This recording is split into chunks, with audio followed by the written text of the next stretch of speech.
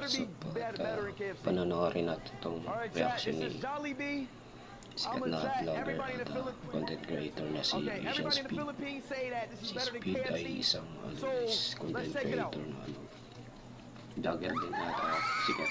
Pumunta siya dito sa Jensen at tumikim siya ng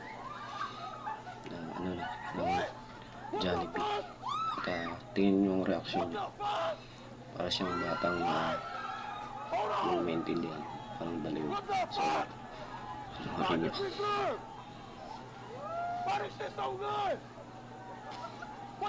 Jensen pala guys, sa Jensen to.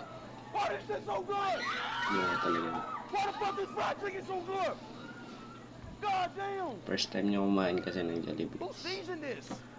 First time niya sa buong buhay niya. Punta siya dito sa Pilipinas. Tsaka sa lugar ko pala to Jensen.